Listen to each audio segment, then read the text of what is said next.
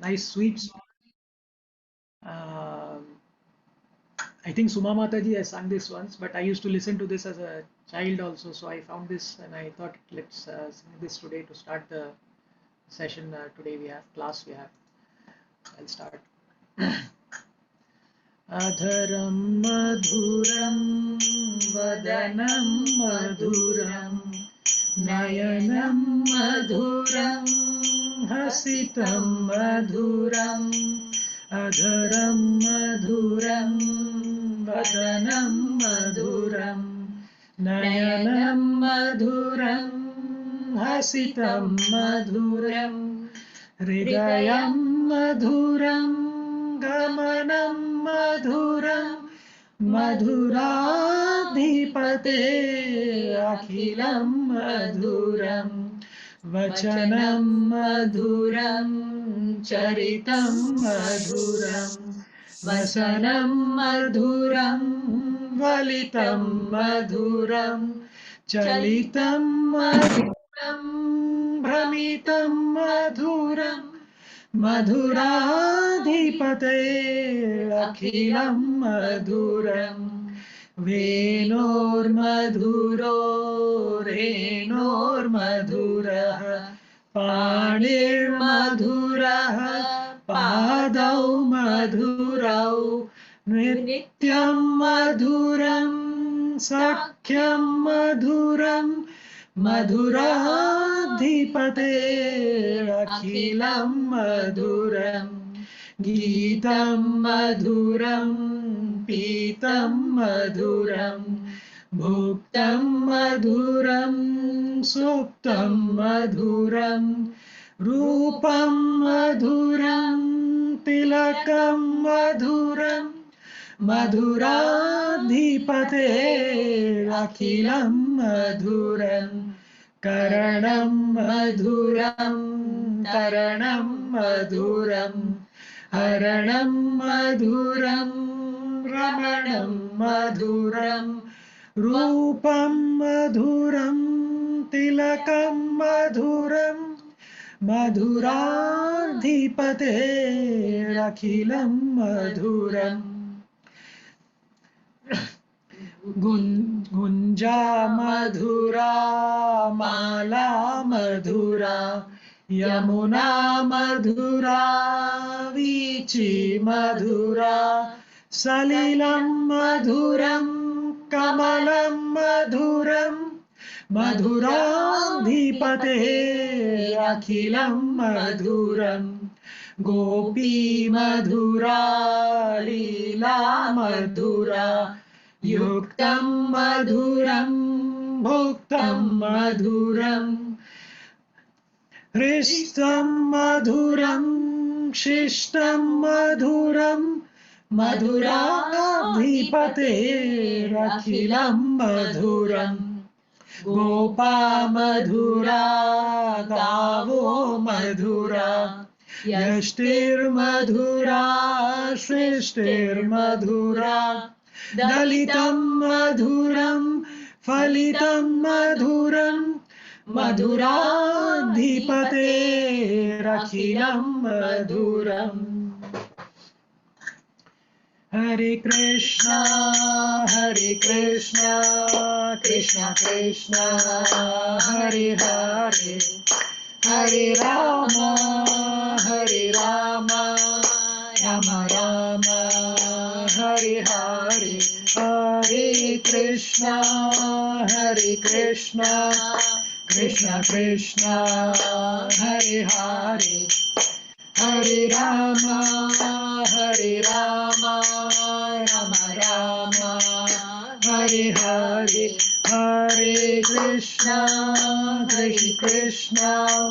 Krishna Krishna Hare Hare Hare Ram Ram Ram Hare Hare. Just quickly read the translation. This is a very beautiful translation. His lips are sweet, his face is sweet, his eyes are sweet, his smile is sweet, his art is sweet, his gait is sweet, everything is sweet about the Emperor of Sweetness. His words are sweet, his character is sweet, his dress is sweet, his belly folds are sweet, his movements are sweet, his wandering is sweet. Everything is sweet about the Emperor of Sweetness. His flute is sweet, his foot dust is sweet, his hands are sweet, his feet are sweet, his dancing is sweet, his friendship is sweet. Everything is sweet about the Emperor of Sweetness. His singing is sweet, his yellow cloth is sweet, his eating is sweet, his sleeping is sweet, his beauty is sweet, his telaka is sweet. Everything is sweet about the Emperor of Sweetness. His deeds are sweet, his liberating is sweet, his stealing is sweet, his love sports are sweet, his oblations are sweet, his tranquility is sweet. Everything is sweet about the Emperor of Sweetness. His Gunja berry necklace is sweet, his flower garland is sweet, his Yamuna river is sweet, his ripples are sweet, his water is sweet, his lotuses are sweet. Everything is sweet about the Emperor of Sweetness. His gopis, the cowherd boys, are sweet. His pastimes are sweet. His union is sweet. His food is sweet. His delight is sweet. His courtesy is sweet. Everything is sweet about the Emperor of Sweetness. His gopas, cowherd boys, are sweet. His cows are sweet. His staff is sweet. His creation is sweet. His trampling is sweet. His fruitfulness is sweet. Everything is sweet about the Emperor of Sweetness. Hare Krishna. It's a beautiful song, Prabhujis and Matajis. Please try to meditate on it, and hopefully this gets us into the mood for today's class that we are going to have on the renunciation of Kardama Muni. But before that, let's start off by saying the prayers that every time we offer to the Parampara to discuss the spiritual subjects. Om Ajnanatimirandasya Jnananjanashalakhaya Chakshurum Militam Yena Tasmai Shri Gurave Namaha. Shri Chaitanya Manobhishtam Sthapitam Yena Bhuputale Swayam Rupa Kadamayyam Dadati Swapadantikam. Vandeham Shri Guru Shri Yuta Padakamalam Shri Gurun Vaishnavamscha Shri Rupam Sagrajatam Sahagana Ragunatam Vitam Tam Sajivam Sadvaitam Savadutam Parijana Sahitam Krishna Chaitanya Devam Shri Radha Krishna Padan Sahagana Lalita Shri Vishakhan Vitamscha. He Krishna Karuna Sindhu Dinabandho Jagatpate Gopesha Gopika Kanta Radha Kanta Namostute Tapta Kanchana Gaurangi Radhe Vrindavaneshwari Vrishabhanu Sute Devi Pranamami Hari Priye Vancha Kalpatarubhyascha Kripa Sindhubhya eva cha Patitanam Pavanebhyo Vaishnavebhyo Namo Namah. Shri Krishna Chaitanya Prabhu Nityananda Shri Advaita Gadadhara Shri Vasadi Gaura Bhakta Vrinda. Hare Krishna Krishna Krishna Hare Hare Hare Rama Rama Rama Hare Hare. Please recite with me after me. Om Namo Bhagavate Vasudevaya. Om Namo Bhagavate Vasudevaya. Om Namo Bhagavate Vasudevaya. Om Namo Bhagavate Vasudevaya. Om Namo Bhagavate Vasudevaya. Om Namo Bhagavate Vasudevaya. From here, please, you can mute yourself and you can continue reciting along with me.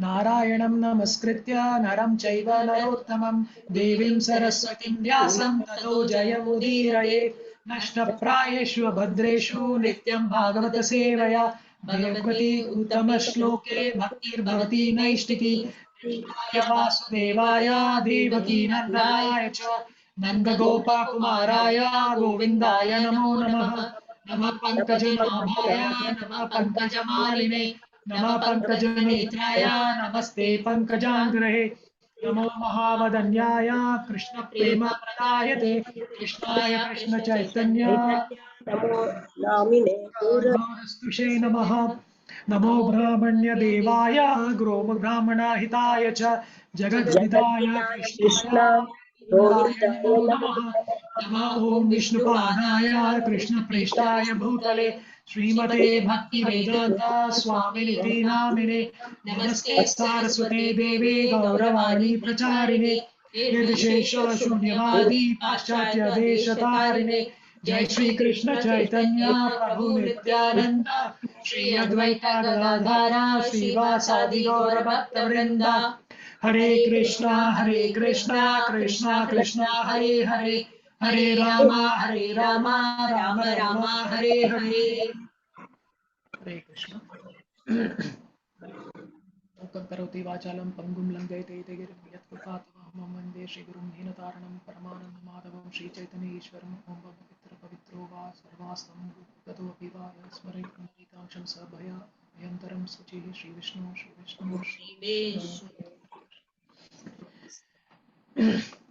Hare Krishna to all Prabhujis and Matajis. Please accept our humble obeisances and please keep us in your prayers. And thanks a lot for your association. I would like to first of all thank Lilananda Prabhu to give us this opportunity to take this class, and Praveen Prabhu, and thank all the senior devotees for giving us the guidance. This class provides us a unique opportunity, Prabhujis and Matajis, to be in Krishna consciousness. The next 1.5 hours or so time that we spend, I think that is what we get. You know, taking a class is not the opportunity; it's the opportunity for us to be totally in that Krishna consciousness mode. I heard this from Gauranga Darshan Prabhu in one of his lectures, and he was talking about his first Bhagavatam class that he took. And when he went to the senior devotee or god brother and was speaking to him, I think there the god brother has told him that, you know, this is your opportunity to be Krishna conscious. So I could immediately resonate with that, and I thought I will share it with all of you. Also, as we always do in all of our classes, you know, my humble request to you is also to use this opportunity to immerse yourself in the pastimes of the Emperor of the Sweetness, as we saw during the Kirtan that we said. Everything that he does is so sweet. Relish that and relish this nectarian Bhagavatam that we will be discussing. Today we are discussing on the renunciation of Kardama Muni. And before I come to this, again, you know, I just thought we'll do a quick recap in terms of the context of the setting. So in chapter 21, wherein we saw the conversation between Swayambhuva Manu and Kardama. There Vidura was inquiring about Swayambhuva Manu and his lineage, his progeny. And then he wants to know more about specifically the daughter named Devahuti, who is the wife of the sage Kardama Muni. And then Maitreya Muni replied that Kardama Muni was commanded by Lord Brahma to beget the children of the world. That's why he's called the Prajapati. He's one of the Prajapatis. And the worship Kardama Muni, he practiced penance not for 1 year, 2 years, 10 years, or 100 years, but he practiced penance for 10,000 years on the banks of river Saraswati. And after that 10,000 years of penance, the Supreme Personality of Godhead in Satya Yuga, he appeared, he was pleased with Kardama Muni, and he displayed his transcendental form. There are some beautiful verses also which describe the form. I was tempted to go through that, but I'm not going to go through that just in the interest of time. But you know, you guys should read it once more. And Kardama Muni there in fact asks for a benediction. First of all, he says that only deprived persons of their people deprived of intelligence by the spell of the deluding energy of Maya will worship those feet of the lotus feet of the personality of Godhead with a view to attain the trivial and momentary pleasures. And he expresses his desire of marrying a girl of like-minded disposition. So that is what happens. But then the Supreme Lord says that, you know, he knows what is in his mind, and that he has already arranged for what he is wishing. So you don't need to worry about that. And he goes on further to say that, you know, Swayambhuva Manu will come. And then he talks that Devahuti will bring forth 9 daughters for him, and he'll beget children. And then also he says that he himself will come. So he says, "O great sage, I shall manifest my own plenary portion through your wife Devahuti along with your 9 daughters, and I shall instruct her in the system of philosophy, which is the Sankhya philosophy, which will be now we'll be dealing from chapters 25 to chapter 32. The Sankhya philosophy of Kapila Muni will be covered." And then in chapter 22, what happens is we read about the marriage of Kardama Muni and Devahuti. And I think over here an important thing that happens is, so first Swayambhuva Manu comes, and when Swayambhuva Manu comes, he Kardama Muni express about the infallible beauty of Devahuti. He says that I heard from Vishwa Vasu, the great Gandharva, that his mind was stupefied with infatuation, that he fell off from his airplane after seeing your daughter playing with a ball on the roof of the palace. So that's the kind of beauty, how beautiful Devahuti. But she was an extremely chaste girl also, and Kardama Muni accepts her on one condition, that after she begets children, then after that he will proceed and renounce the Grahastha ashram and proceed into the forest. He says, "I shall accept the life of devotional service accepted by the most perfect human beings, that is the sannyasi." That process was described by Lord Vishnu. It is free from envy. So he already outlines to Swayambhuva Manu that he is going to renounce. And then we go on and we see in chapter 23, what does happen in chapter 23. So chapter 23 is about the lamentation of Devahuti. So first, of course, Devahuti serves Kardama Muni with such sincere devotion for many, many, many years. And Kardama Muni is very pleased. And when Devahuti comes to Kardama Muni to ask for something, she asks for children. And immediately, of course, Kardama Muni, being Kardama Muni, he has all the powers. He immediately constructs an aerial mansion. It's kind of a moving palace. It's a palatial airplane. So it's hard to comprehend that in our current Kali Yuga. Immediately does that, and then for many, many years again, both Kardama Muni and Devahuti, along with their so many maid servants that he creates. He blesses her so that the emaciated Devahuti becomes once more the resplendent and beautiful Devahuti what she was in the palace. And then they go around the world exploring the universes in that palatial, palace airplane. And then after that, Devahuti begets 9 daughters, and Kardama Muni then expresses that he's going to be renouncing. So that is when Devahuti has a realization, and then she says that now we have simply wasted so much of our time in sense gratification. I had a unique opportunity. I was associated with such a transcendental person, such a spiritual person. I neglected it and I did not cultivate any knowledge of the Supreme Lord.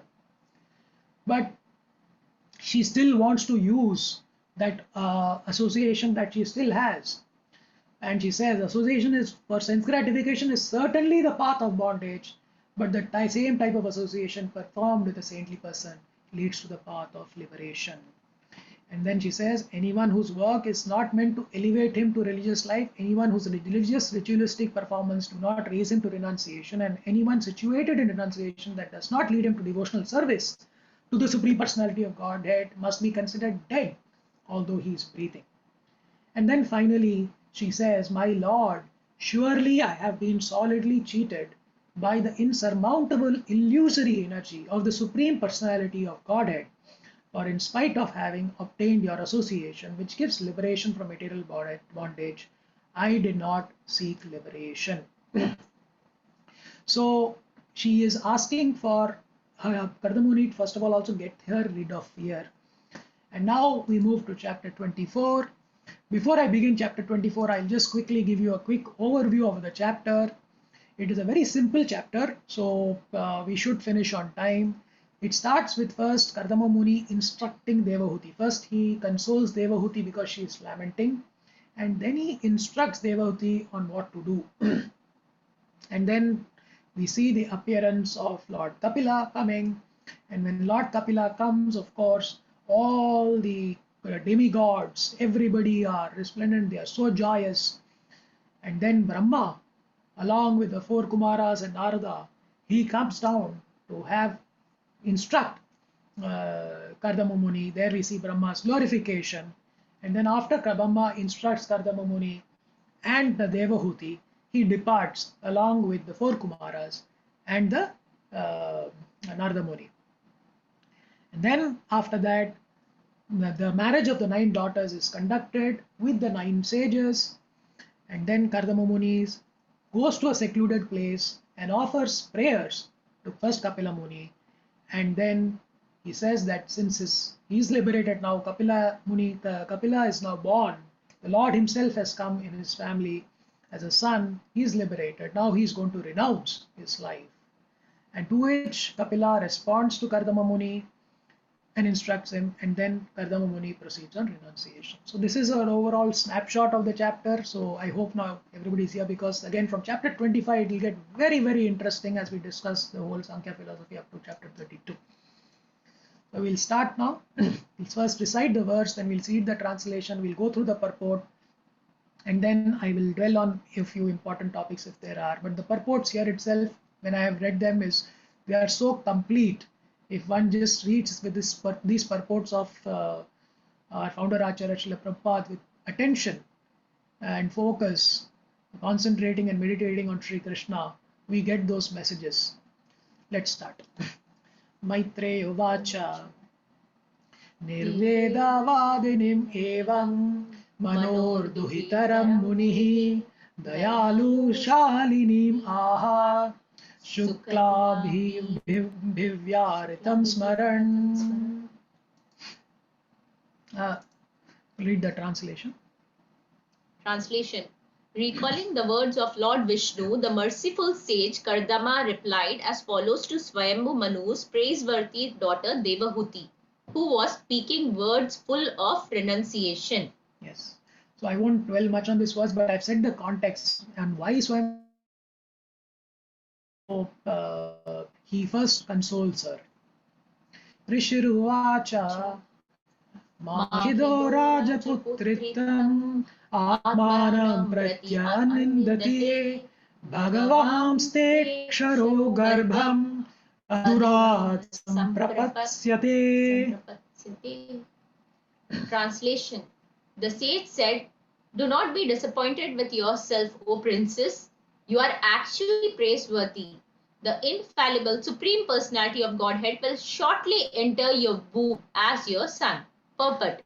Kardama Muni encouraged his wife not to be sorry, thinking herself unfortunate because the Supreme Personality of Godhead by his incarnation was going to come from her body. So in chapter 21, we saw Kardama Muni prayed to the Supreme Personality of God, and the Supreme Personality of God had assured him that he will come. So now he remembers that and he says, don't worry.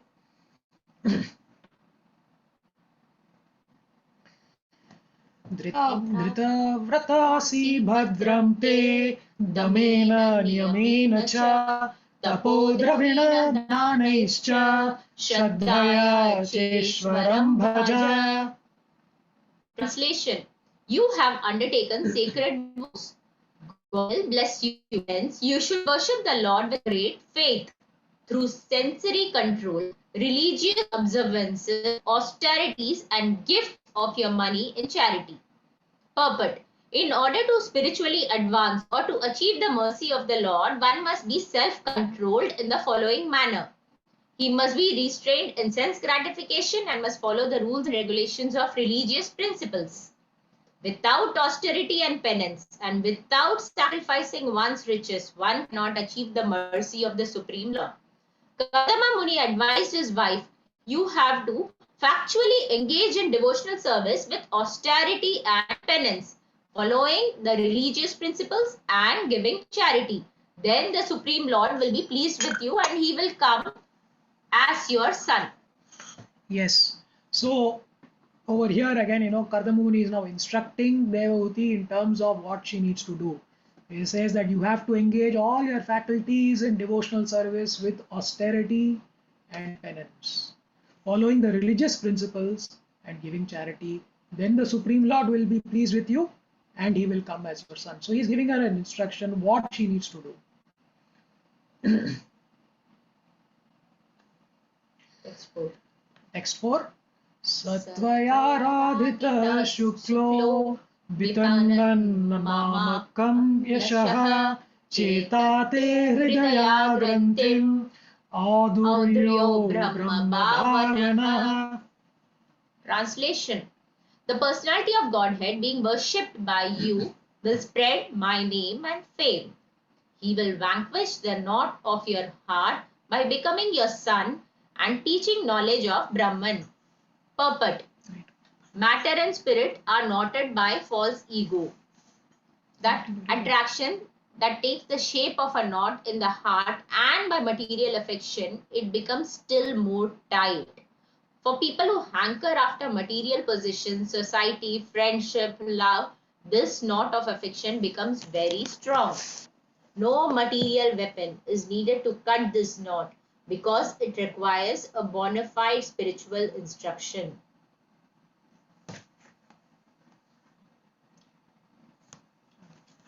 Next purport on we read the full purport. Okay. Yeah, this is an important purport. I'll read it fully in full actually.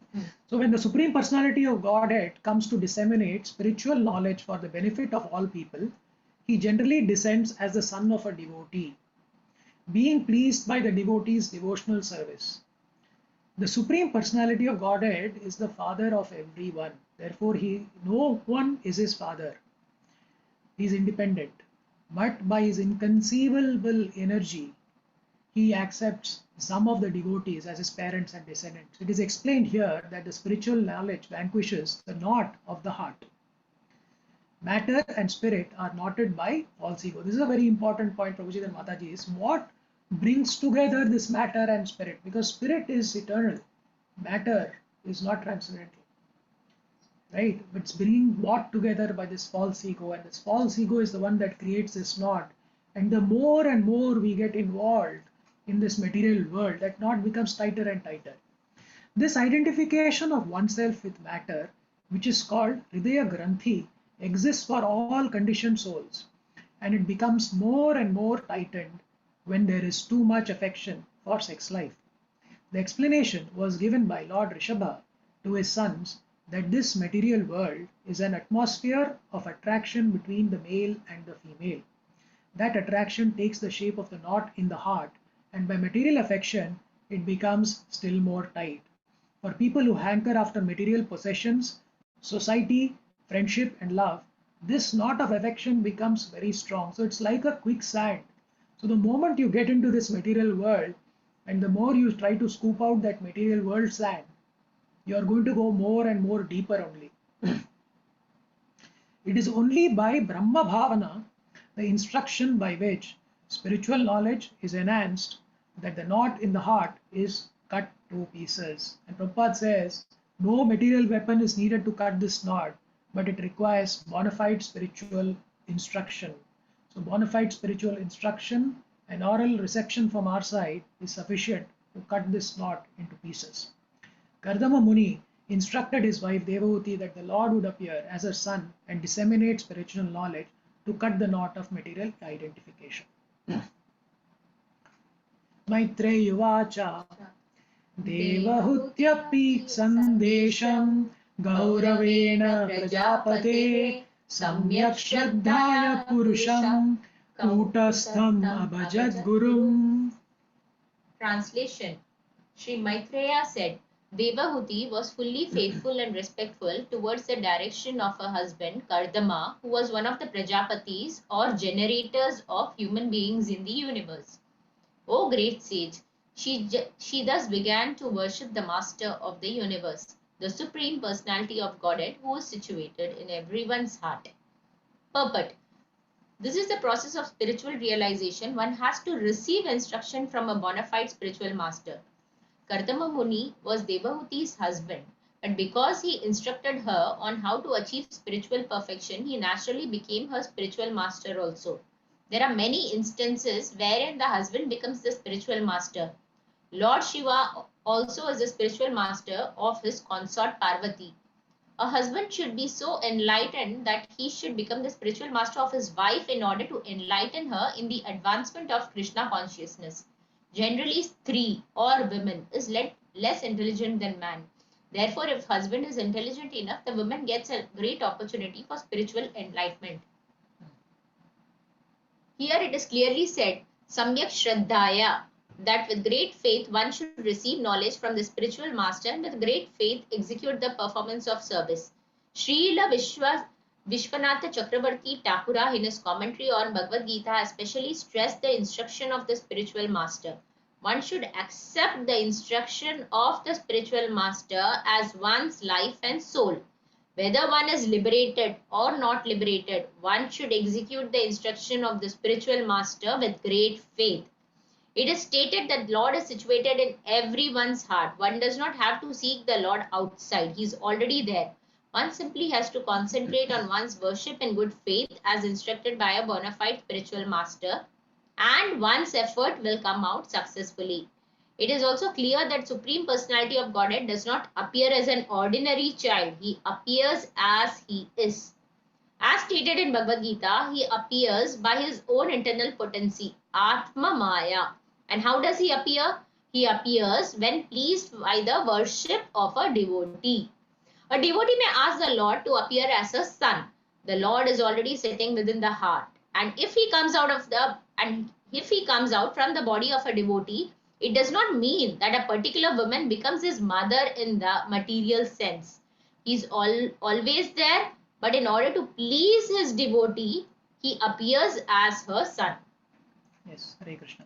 So the faith is first of all very important. So we are familiar with the 9 limbs of bhakti, starting with Shraddha. And it in fact starts much before that. So Vishwanath Chakravarti Thakur has actually classified it as 14 steps are there, which first starts actually with the mercy of the spiritual master. But the first most important thing is that Shraddha, that faith has to be very, very strong. And as highlighted over here, the Lord is always sitting there. He is a witness to whatever we are doing. And He's always there. But He can appear also out of His will. Whenever He wants, He can appear to please His devotees. X6.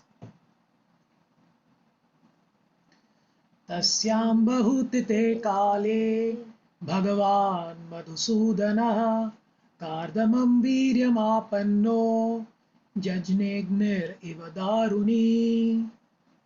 Translation. After many, many years, the Supreme Personality of Godhead, Madhusudana, the killer of the demon Madhu, having entered the semen of Kardama, appeared in Devahuti just as fire comes down from wood in a sacrifice. It is clearly stated here that the Lord is always the Supreme Personality of Godhead, although he appeared as the son of Kardama Muni. Fire is already present in wood, but by a certain process, fire is kindled. Similarly, God is all-pervading.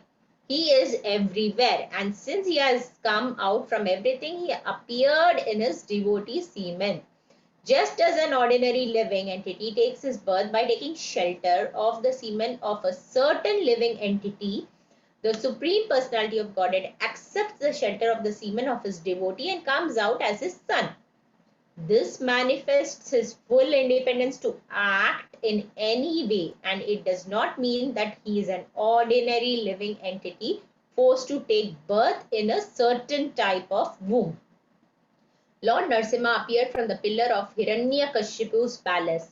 Lord Varaha appeared from the nostril of Brahma. And Lord Kapila appeared from the semen of Kardama. But this does not mean that the nostril of Brahma or the pillar of Hiranyakashipu's palace or the semen of Kardama Muni is the source of the appearance of the Lord. The Lord is always the Lord. Bhagavan Madhusudanaha.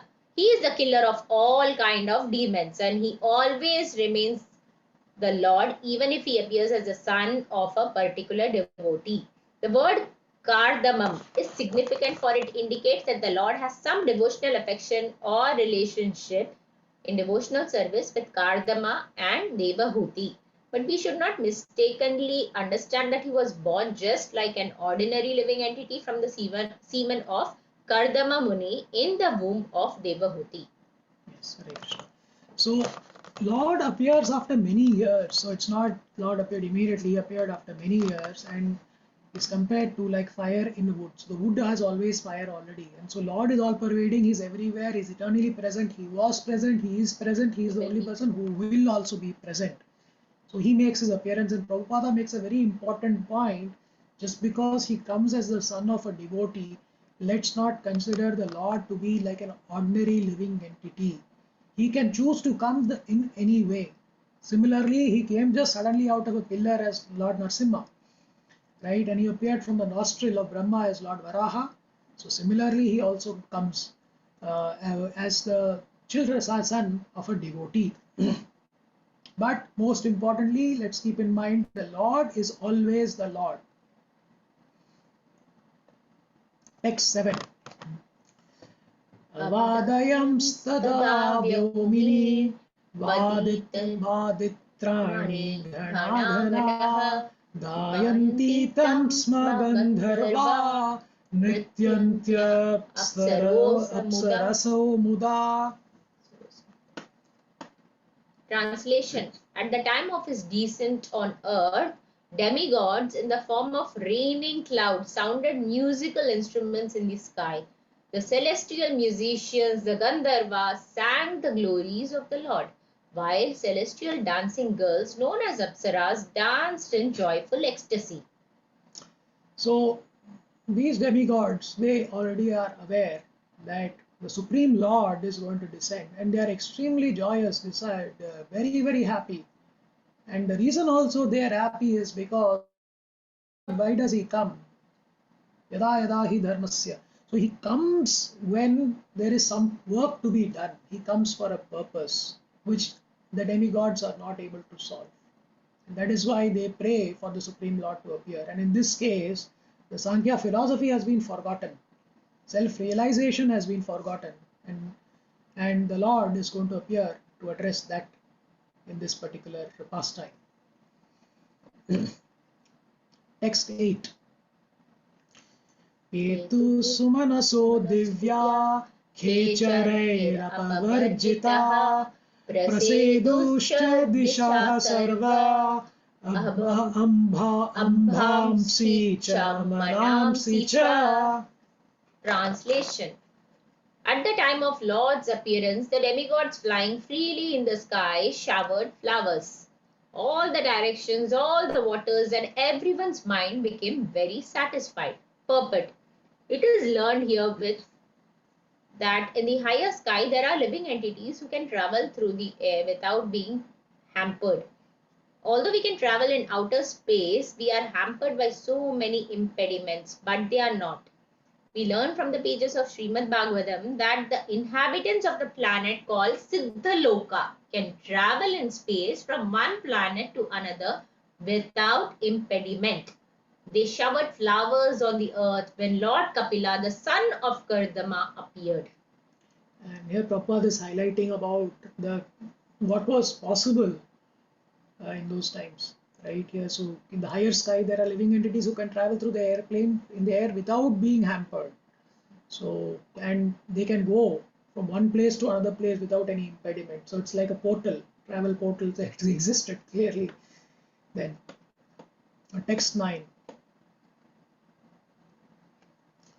Tatkardama padam sarasvatya parishritam Swayambhu sakam rishibhir maricyadibhir abhayayat. Translation. Brahma, the firstborn living entity, went along with Marichi and other sages to the place of Kardama's hermitage, which was surrounded by the river Saraswati. Purport. Brahma is called Swayambhu because he is not born of any material father and mother. He is the first living creature and is born from the lotus which grows from the abdomen of Supreme Personality of Godhead, Garbho Dakshaya Vishnu. Therefore, he is called Swayambhu, self-born. Text 10. Bhagavantam param brahma Satvenam shena shatruhan Tattva Sankhya Vignaptyai Vignaptyai Jatam Vidvan Ajaswarat. Translation. Maitreya continued, O killer of the enemy, the unborn Lord Brahma, who is almost independent in acquiring knowledge, could understand that a portion of Supreme Personality of Godhead in his quality of pure existence had appeared in the womb of Devahuti, just to explain the complete state of knowledge known as Sankhya Yoga. Purport. In Bhagavad Gita 15th chapter, it is stated that the Lord himself is the compiler of Vedanta Sutra and is perfect knowledger of Vedanta Sutra. Similarly, the Sankhya philosophy is compiled by the Supreme Personality of Godhead in his appearance as Kapila. There is an imitation Kapila who has Sankhya philosophical system, but Kapila, the incarnation of God, is different from that Kapila. Kapila, the son of Kardama Muni, in his system of Sankhya philosophy, very explicitly explained not only the material world but also the spiritual world. Brahma could understand this fact because he is Swarat, almost independent in receiving knowledge. He is called Swarat because he did not go to any school or college to learn, but he learned everything from within. Because Brahma is the first living creature within the universe, he had no teacher. His teacher was the Supreme Personality of Godhead himself, who is seated in the heart of every living creature. Brahma acquired knowledge directly from the Supreme Lord within the heart. Therefore, he is also called Swarat and Aja. Another important point is stated here. Satvenam Sena. When the Supreme Personality of Godhead appears, he brings with him all his paraphernalia of Vaikuntha. Therefore, his name, his form, his quality, his paraphernalia, and his entourage all belong to the transcendental world. Real goodness is in the transcendental world. Here in the material world, the quality of goodness is not pure. Goodness may exist, but there must also be some tinges of passion and ignorance. In the spiritual world, the unalloyed quality of goodness prevails. There, the quality of goodness is called Shuddha Sattva, pure goodness. Another name of Shuddha Sattva is called Vasudeva, because God is born from Vasudeva. Another meaning is that when one is purely situated in the qualities of goodness, he can understand the form, name, quality, paraphernalia, and entourage of Supreme Personality of Godhead. The word Amshena also indicates that the Supreme Personality of Godhead Krishna appeared as Kapila Deva in a portion of his portion. God expands either as Kala or as Amsha. Amsha means direct expansion. Kala means expansion of the expansion. There is no difference between the expansion. The expansion of the expansion and the Supreme Personality of Godhead directly, as there is no difference between one candle and another.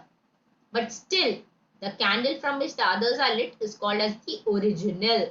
Krishna is therefore called the Parabrahman or the ultimate Godhead and cause of all causes. Beautiful purport. Hare Krishna. So over here, in the 15th, as Prabhupada is highlighting, the Lord himself is the compiler of the Vedanta Sutra. Vedeshcha sarvairahaiva vedyo vedanta kripeta viteva chaham. Similarly, the Sankhya philosophy is compiled by the Supreme Personality of Godhead in his appearance as Kapila. And the important point that is mentioned over here is that how did Brahma come to know that also is Swarat? And he's in a state of Shuddha Sattva, pure goodness, and that is when they are able to relate with the God. And the other part that he says is also Prabhupada talks about Kala and Amsha. Right? So where he says Kala means the expansion, Amsha is the direct expansion, but Kala is expansion of expansion, and he uses a beautiful analogy of a candle. So you have a main candle, and you have many other candles, right? And the first candle gives a light to the second candle, third candle, but each candle is still also a candle, but that light has to come from that first candle. So we'll move on.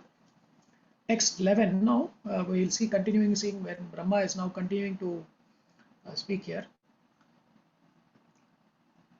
Sabhajayan vishuddhena chetasa tachikirshikam prarishyamanayir ashubhi kardamam chedam abhyadhat.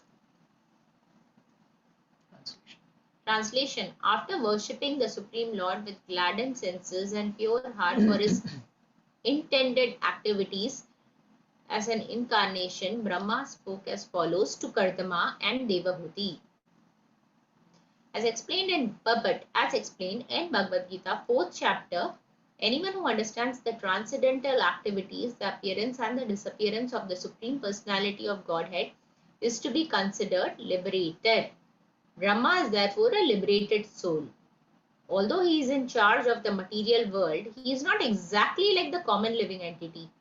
Since he is liberated from the majority of the follies of common living entities, he was in knowledge of the appearance of the Supreme Personality of Godhead, and he worshipped the Lord's activities. And with a glad heart, he also praised Kardama Muni because the Supreme Personality of Godhead, as Kapila, has appeared as his son. One who can become the father of the Supreme Personality of Godhead is certainly a great devotee. There is a verse spoken by a Brahmana in which he says that he does not know what the Vedas and what the Puranas are. But while others might be interested in the Vedas or Puranas, he is interested in Nanda Maharaja, who appeared as the father of Krishna. The Brahmana wanted to worship Nanda Maharaja because the Supreme Personality of Godhead as a child crawled in the yard of his house. These are some of the good sentiments of devotees. If a recognized devotee brings forth the Supreme Personality of Godhead as his son, he should be praised. Therefore, Brahma not only worshipped the incarnation of Godhead Kapila, but also praised his co-father Kardama Muni. Text 12. Brahmovacha Tvaya me apachitistata kalpita nirvyalikata yanme sanjagre vakyam bhavan manadamanayam. Translation. Lord Brahma said, "My dear son Kardama, since you have completely accepted my instructions without duplicity, showing the proper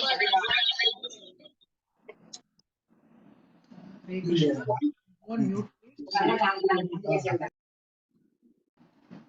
Translation. Lord Brahma said, "My dear son Kardama, since you have completely accepted my instructions without duplicity, showing them proper respect, you have worshipped me properly.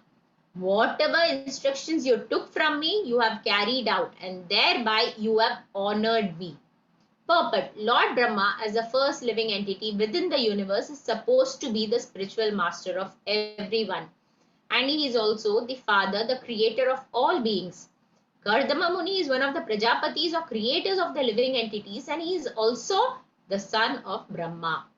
Brahma praises Kardama because he carried out the orders of the spiritual master in toto and without cheating. A conditioned soul in the material world has the disqualification of cheating. He has 4 disqualifications. He is sure to commit mistakes. He is sure to be illusioned. He is prone to cheat others, and his senses are imperfect. But if one carries out the order of the spiritual master by disciplic succession or the parampara system, he overcomes the 4 defects. Therefore, knowledge received from the bona fide spiritual master is not cheating. Any other knowledge which is manufactured by the conditioned soul is cheating only. Brahma knew well that Kardama Muni exactly carried out the instructions received from him, and that he actually honored his spiritual master. To honor the spiritual master means to carry out the instructions word for word. So here we see Brahma is a very obedient son, and he carried out the instructions of the spiritual master. Now, in the next verse, we'll read that and then we'll have a short discussion. Text 13. Etavatya eva shushusha karya pitari putrakai badham nitya anumanyeta gauravena gurorvachaha. Translation. Sons ought to render service to their father exactly to this extent. One should obey the command of his father or spiritual master with due deference, saying, "Yes, sir." Two words purport. Two words in this verse are very important. One word is pitari and another word is guru. The son or disciple should accept the words of his spiritual master and father without hesitation. Whatever the father and the spiritual master order should be taken without argument. Yes, there should be no instance in which the disciple or the son says, "This is not correct, I cannot carry it out." When he says that, he is fallen. The father and the spiritual master are on the same platform because the spiritual master is the second father. The higher classes are called Dvija, twice born. Whenever there is a question of birth, there must be a father. The first birth is made possible by the actual father, then the second birth is made possible by the spiritual master. Sometimes the father and the spiritual master may be the same man, and sometimes they are different men. In any case, the order of the father or the order of the spiritual master must be carried out without hesitation. With any immediate yes, there should be no argument, that is real service to the father and to the spiritual master. Vishwanath Chakravarti Thakur has stated that the order of the spiritual master is the life and soul of the disciple. As a man cannot separate his life from his body, a disciple cannot separate the order of the spiritual master from his life. If a disciple follows the instruction of the spiritual master in that way, he is sure to become perfect. This is confirmed in the Upanishads. The import of the Vedic instruction is revealed automatically only to one who has implicit faith in the Supreme Personality of Godhead and in his spiritual master. One may be materially considered an illiterate man, but if he has faith in the spiritual master as well as in the Supreme Personality of Godhead, then the meaning of the scriptural revelation is immediately manifested before him. Hare Krishna. So I'll take a pause here and I'll ask one question. Now here, very clearly, Prabhupada is saying, a son or disciple should accept the words of his spiritual master and father without hesitation. But there are instances wherein the son or the disciple has not followed the instruction of the spiritual master. So can one of the devotees please share those two examples, please? One where the son has not followed and one where the devotee has not followed. Prahlad Maharaj and Prahlad Maharaj. Hare Krishna, very good. So Prahlad Maharaj, of course, doesn't follow the instruction of Hiranyakashipu, and he goes and tells his father that he wants to renounce and go off into the forests, into Vrindavana. And then Bali Maharaj also does not listen to his spiritual master Shukracharya. So now what this also means is that the spiritual master should be following according to the scriptural authority, and all this should be in that parampara and should be with that single-minded goal, that is to attain us, help us getting back to Godhead. If that deviates, then maybe we will also have to deviate. But in principle, we always need to follow the instructions. In Kali Yuga, of course, it becomes even more tough and more difficult. Text 14. Imaduhitara satyas tavavatsa sumadhyama sargam etam prabhavaisvair brahmayishyantya anekada. Translation. Lord Brahma then praised Kardama Muni's 9 daughters, saying, "All your thin-waisted daughters are certainly very chaste. I am sure they will increase this creation by their own descendants in many ways." Purport. In the beginning of creation, Brahma was concerned more or less with increasing the population. And when he saw that Kardama Muni had already begotten 9 nice daughters, he was hopeful that through their daughters many children would come who would take charge of the creative principle of the material world. He was therefore happy to see them. The word Sumadhyama means a good daughter of a beautiful woman. If she has a thin waist, the woman is considered very beautiful. All the daughters of Kardama Muni were of the same beautiful feature. Next 15. Atastvam rishi mukhyebhyo yatha shilam yatha ruchi atmaja paridyadya vistrinihi yasho bhuvi. Translation. Therefore, today please give away your daughters to the foremost of the sages with due regard for the girls' temperaments and likings, and thereby spread your fame all over the universe. Yeah. So we'll just in this purport, I'll not go through the entire purport, but I'll just focus on the two important words over here that I used are yatha shilam and yatha ruchi. Yatha shilam and yatha ruchi means according to temperament and according to the taste. So Prabhupada in his purport says that the daughters are handed over to the 9 principal rishis, Marichi, Atri, Angira, Pulastya, Pulahu, Kratau, Bhrikuhu, Vashishta and Atharva. And they were handed over according to the temperament and to the taste of the daughters. So each of them were suitably matched. And then he also mentions in his purport that the first mother and father bring about his birth into the world, but the spiritual master and the Vedas become his second father and mother. There are two important points in the purport that are there. We'll continue reading. Text 16.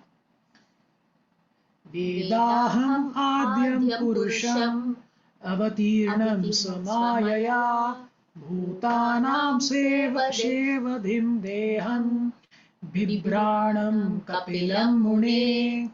Translation. O Kardama, I know that the original Supreme Personality of Godhead has now appeared as an incarnation by his internal energy. He is the bestower of all that is desired by the living entities, and now he has assumed the body of Kapila Muni. Yeah. Purport. In this verse, we find the words Purusham Avitranam Avatirnam Swamayaya. Mayaya.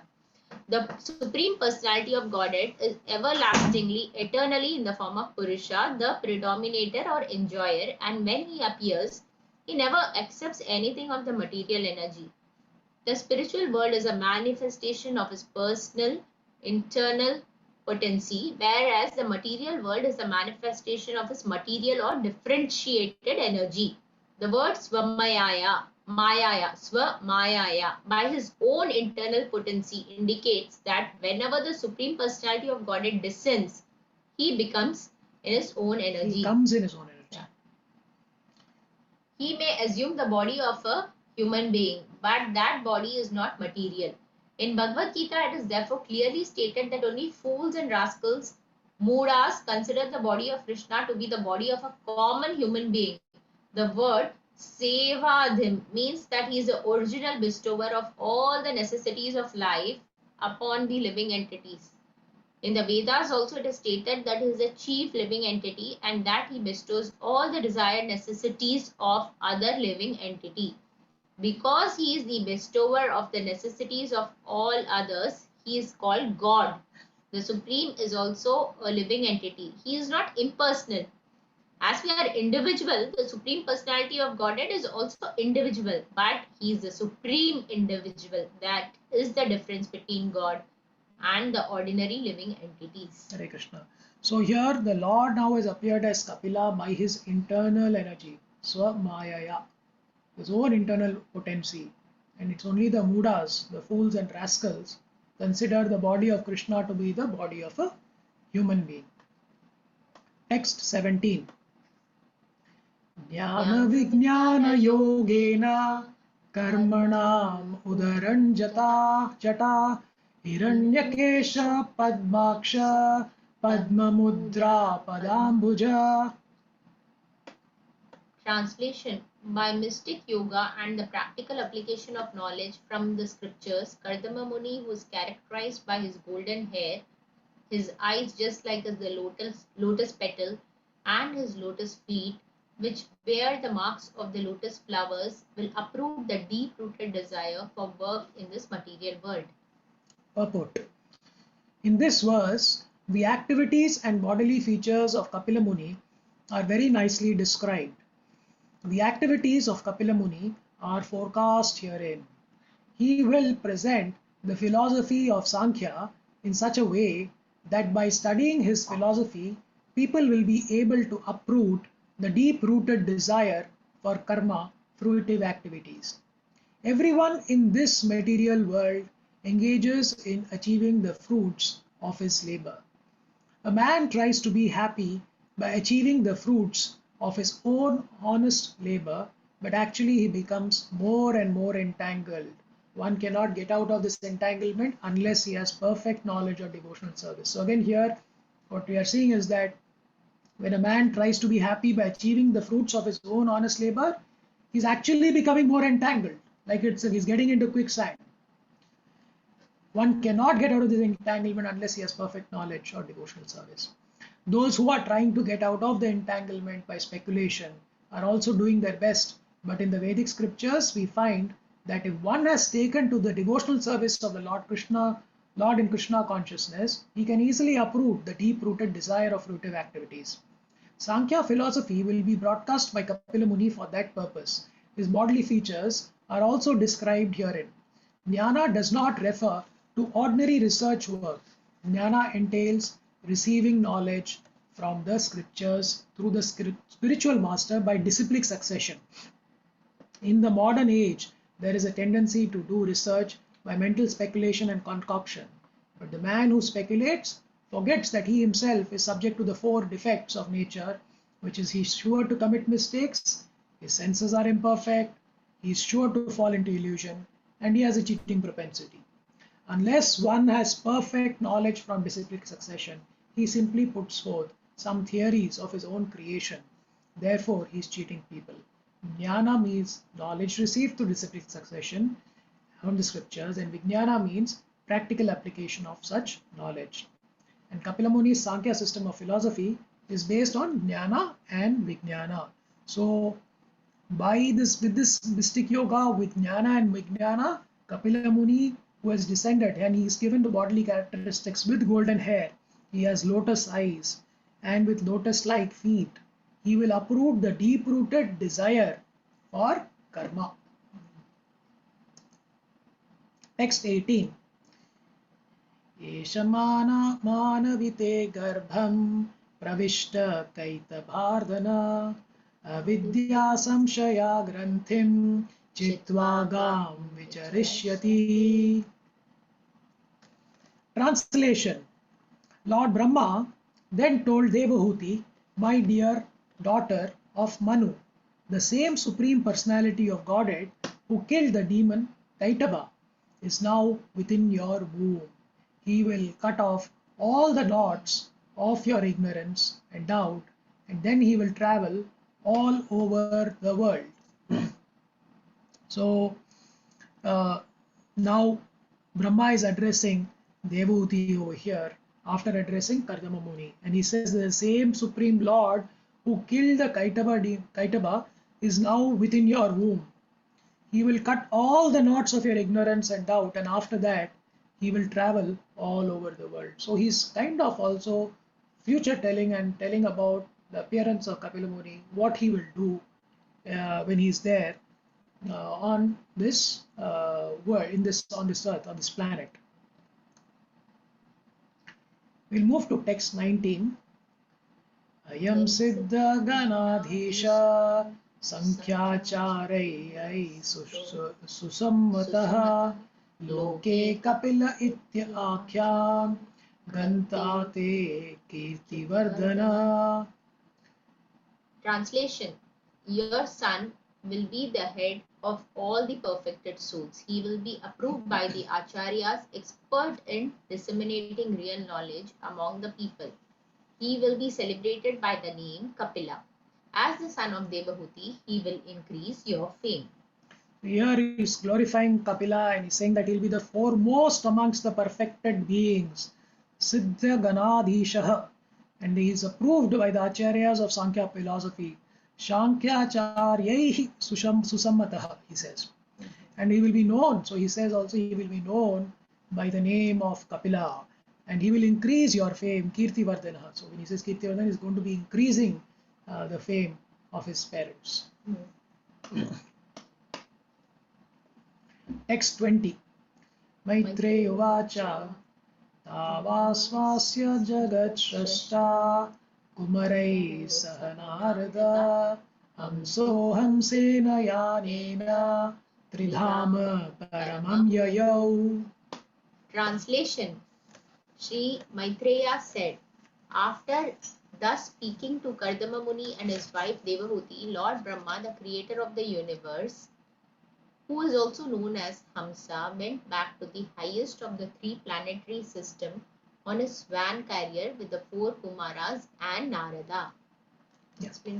So now Brahma is departing. So Brahma departs for Satyaloka on his swan carrier, the Hamsa, it's called, was also known as Hamsa, along with Narada and Kumaras.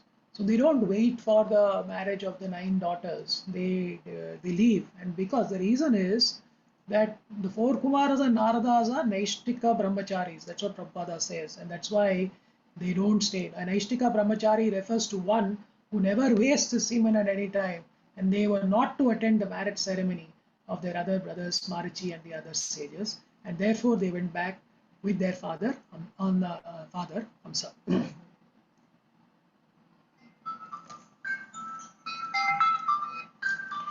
Text 21 and to 23 we'll read together.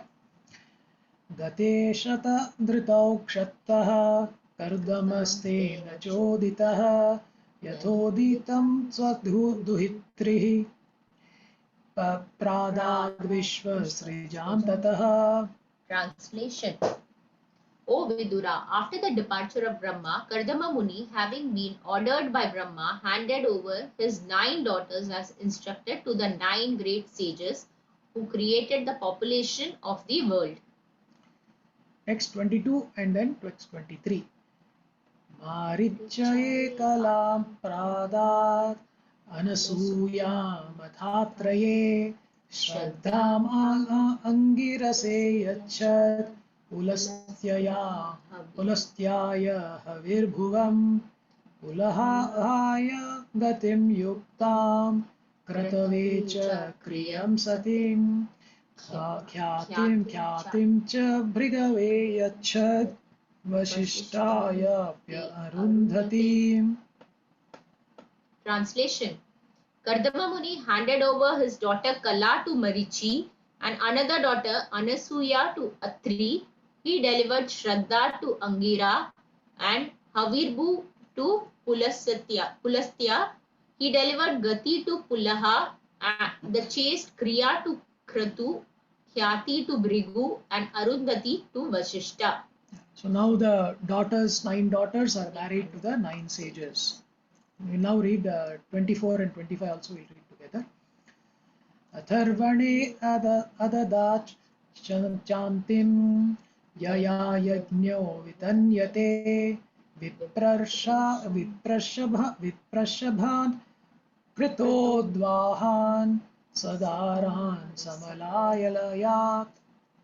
Translation. He delivered Shanti to Atharva. Because of Shanti, sacrificial ceremonies are well performed.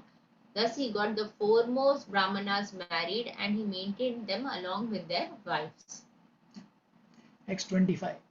Tatastha rishaya shatta gritadara nimantrayatam pratishthannandimapanna swam ashrama mandalam. Translation. Thus married, the sages took leave of Kardama and departed full of joy, each of his own hermitage. O Vidura. Yeah.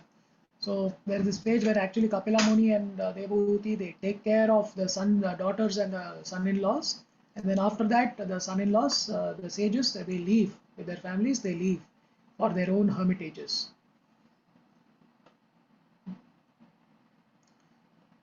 Text 26. Now here we will be seeing Kardama Muni's prayers to Lord Kapila.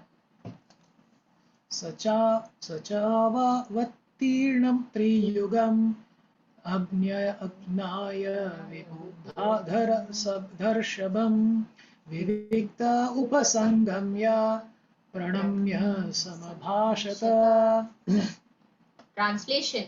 When Kardama Muni understood that the Supreme Personality of Godhead, the chief of all demigods Vishnu, has descended, Kardama approached him in a secluded place, offered obeisances, and spoke as follows. Yes. So here what we are seeing is that now Kardama Muni knows that the Supreme Lord has descended. Now he wants to go and speak with him, and he goes to a secluded place. First offers his obeisances and then he speaks. Now what does he speak? We'll see in verse text number 27. Aho papachymananam niraye svaira mangalai kalena bhuyasa nunam prasidanti tadevata. Translation. Kardama Muni said, "Oh, after a long time, the demigods of the universe have become pleased with the suffering souls who are in material entanglement because of their own misdeeds." Yes, let's read the purport. This material world is a place for suffering, which is due to the misdeeds of the inhabitants, the conditioned souls themselves. The sufferings are not extraneously imposed upon them. Rather than the conditioned souls create their own suffering by their own acts. In the forest, fire takes place automatically. It is not that someone has to go there and set a fire. Because of friction among various trees, fire occurs automatically. When there is too much heat from the forest fire of this material world, the demigods, including Brahma himself being harassed, approach the Supreme Lord, the personality of Godhead, and appeal to him to alleviate the condition. Then the Supreme Personality of Godhead descends. In other words, when the demigods become distressed by the sufferings of the conditioned souls, they approach the Lord to remedy the suffering, and the personality of Godhead descends. When the Lord descends, all the demigods become enlivened. Therefore, Kardama Muni said, after many, many years of human suffering, all the demigods are now satisfied because Kapila Deva, the incarnation of Godhead, has appeared. Hare Krishna. The beautiful purport, short purport by Prabhupada there actually hits the nail on the head, and he says this material world is a place of suffering, but it's not the suffering itself, which is due to the misdeeds of the inhabitants, the conditioned souls. The sufferings are not extraneously imposed on them, rather the conditioned souls create their own sufferings. Read the next verse. Text 28. Bahujarma vipakvena samyag yoga samadhina drashtum yatante yataya shunyagareshu yatpadam. Translation. After many births, mature yogis, by complete trance in yoga, endeavor in secluded places to see the lotus feet of the Supreme Personality of Godhead. Explain. Now we'll go to the next verse now. Text 29. Sa eva bhagavan adya helanam na ganaya yaha griheshu jato gramyanam yasvanam pakshaposhana. Translation. Not considering the negligence of ordinary householders like us, that very same Supreme Personality of Godhead appears in our homes just to support his devotees. Read the purport. The highlighted one? No, full. Devotees are so affectionate towards the personality of Godhead that although he does not appear before those who practice yoga in a secluded place, even for many, many births, he agrees to appear in a householder's home where devotees engage in devotional service without material yoga practice. In other words, Devotional service to the Lord is so easy that even a householder can see the Supreme Personality of Godhead as one of the members of the household, as his son, as Kardama Muni experienced. He was a householder, although a yogi, but he had the incarnation of the Supreme Personality of Godhead Kapila Muni as his son. Devotional service is such a powerful transcendental method that it surpasses all other methods of transcendental realization. The Lord therefore says that he lives neither in Vaikuntha nor in the heart of a yogi, but he lives where his pure devotees are always chanting and glorifying him. The Supreme Personality of Godhead is known as Bhakta Vatsala. He is never described as Jnani Vatsala or Yogi Vatsala. He is always described as Bhakta Vatsala because he is more inclined towards his devotees than towards other transcendentalists. In Bhagavad Gita, it is confirmed that only a devotee can understand him as he is Bhaktya Mam Abhijananti. One can understand me only by devotional service, not otherwise. That understanding alone is real because through Jnanis, mental speculators can realize only the effulgence or the bodily luster of the Supreme Personality of Godhead, and yogis can realize only the partial representation of the Supreme Personality of Godhead. A Bhakta not only realizes him as he is, but also associates with the Personality of Godhead face to face. So in verse 27 to 29, so we see that it's the Supreme Lord's mercy that is most important. So it's only by his mercy that he will appear. And here Kardama Muni is saying that he's appeared by his mercy.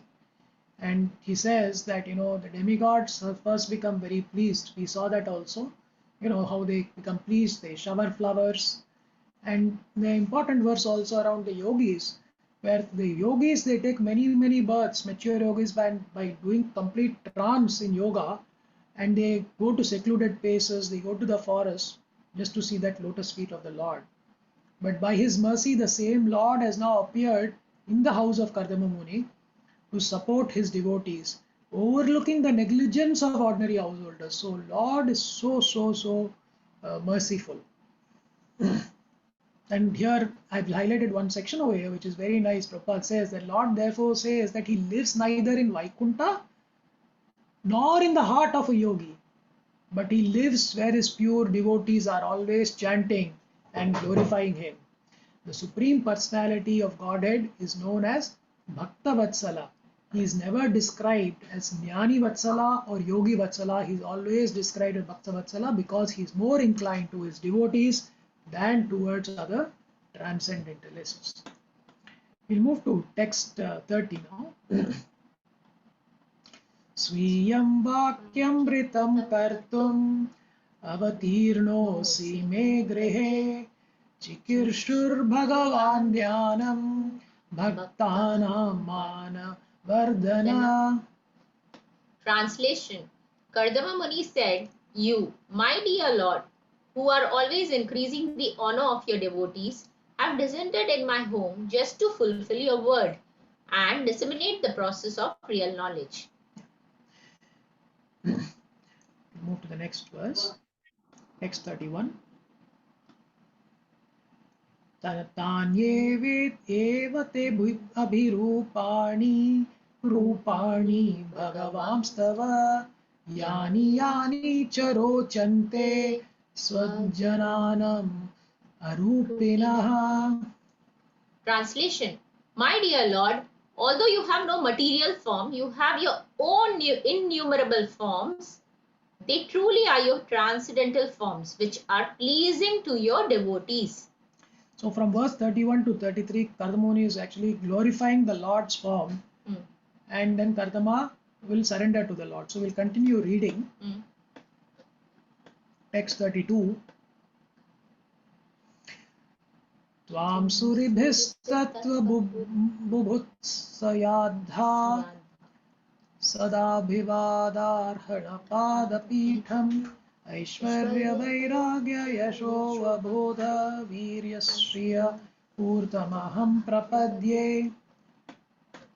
Translation. Translation, my dear Lord, your lotus feet are the reservoir that always deserves to receive worshipful homage from all great sages, eager to understand the absolute truth. You are full in opulence, renunciation, transcendental fame, knowledge, strength, and beauty, and therefore I surrender myself unto your lotus feet. Hare Krishna. Continue with verse 33.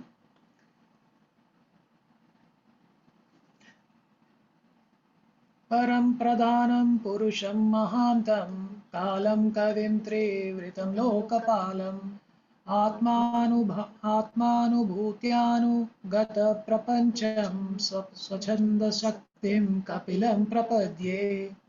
Translation, I surrender unto the Supreme Personality of Godhead, descended in the form of Kapila, who is independently powerful and transcendental, who is the Supreme Person and the Lord of the sum total of matter and element of time, who is the fully cognizant maintainer of all the universes under the three modes of material nature, and who absorbs the material manifestations after their dissolution. Hare Krishna.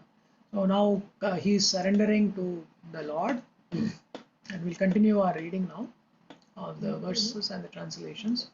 Text 34. Asma pripritche adyapatim prajanam tvayavatirnarna utapta kama parivrajat padavim astitoham charishye tvam hridi unjan vishoka. Translation, today I have something to ask from you, who are the Lord of all living entities. Since I have now been liberated by you from my debts to my Father, and since all my desires are fulfilled, I wish to accept the order of an itinerant mendicant. Renouncing his family life, I wish to wander about, free from lamentation, thinking always of you in my heart. So Prabhupada's translation also, I never read that word itinerant. So what is it? It's itinerary, a mendicant who always has an itinerary. So in verse 31 to 33, Kadamuni first glorifies. So he glorifies first in verse 31 his forms, then his opulences, then in verse 33 his powers, and then in verse 34, now he's seeking permission now to renounce. He says that now that you have appeared, I have become free of debt and all my desires have been fulfilled. Please give me the permission to renounce the world. So an important point here, I think we should just have a short discussion here as to why Kardamuni wanted to renounce in spite of having the Lord as his son. When you have the Lord as your son, why would you want to leave the Lord and then go away into the forest? So any devotees want to share their thoughts on that? Hare Krishna Prabhu, Dandavat Pranam. Dandavat Pranam Prasad Prabhu. My opinion is he wants to show us as an example, Prabhu. Okay, that he's following all the four Brahmacharya, Grihastha, and Vanaprastha and Sannyas. Okay, even though he is his own son is a supreme personality of the Godhead, so he wants to set that as an example so that Yes. the future generations follow. Correct, Prabhu. That is one of the reasons. Anyone else with any more reasons?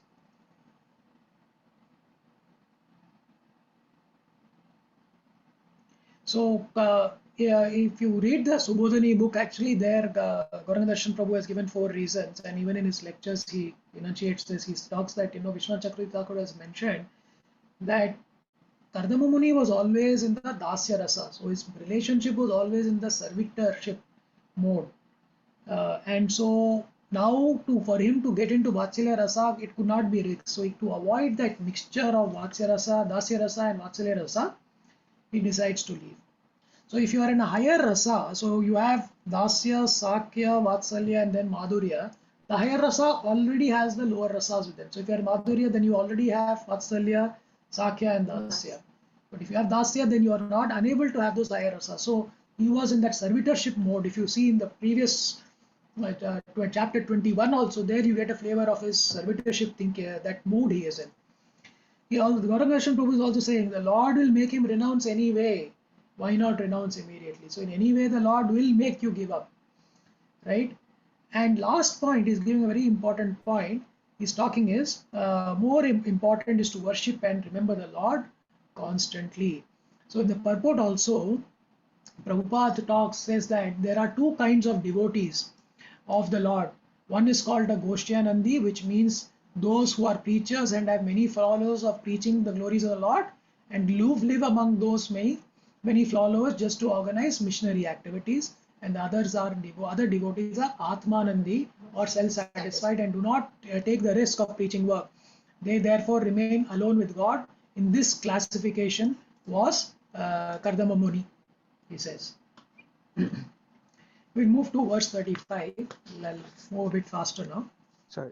One question, Prabhu. Yes, So Prabhu. you're saying that like he want to go beyond Dasya Rasa? No, Because of that, Prabhu. He no. was in Dasya Rasa. Dasya So Rasa. as a parent, he is not able to be there in Vatsalya Rasa. So he wants his mood is Dasya Rasa. Not okay. So to maintain that, he To maintain got that he's living. it. To Yes. maintain that. Okay, got it. Thank you very much. Text 35. Sri Bhagavan Uvacha Maya Proktam hi lokasya pramanam satya laukike atha jani maya tubhyam yad avocham ritam mune. Translation.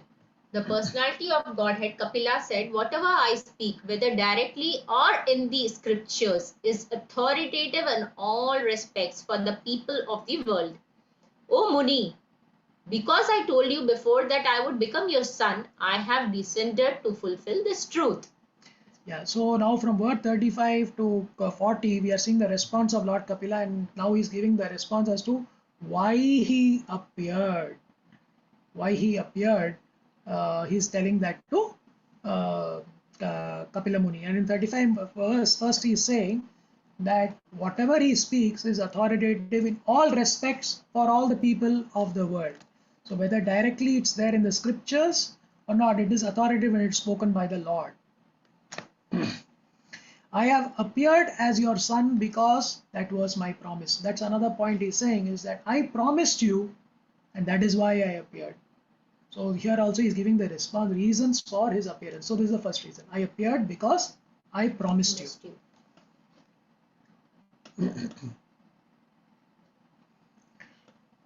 It's a long purport. Please take the time to read the purport. Every purport is very, very important, Prabhujis and Matajis.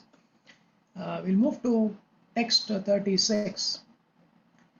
Etanme janma lokesmin mumukshunam durashayat prasankhyanaya tattvanam samatayatma darshane. Translation. My appearance in this world is especially to explain the philosophy of Sankhya, which is highly esteemed for self-realization by those desiring freedom from the entanglement of unnecessary material desires. Hare Krishna. So now this is the second reason. He says that his appearance in the world is to explain the principles of self-realization for those desiring freedom from material desires. And in text 37, he will give the third reason.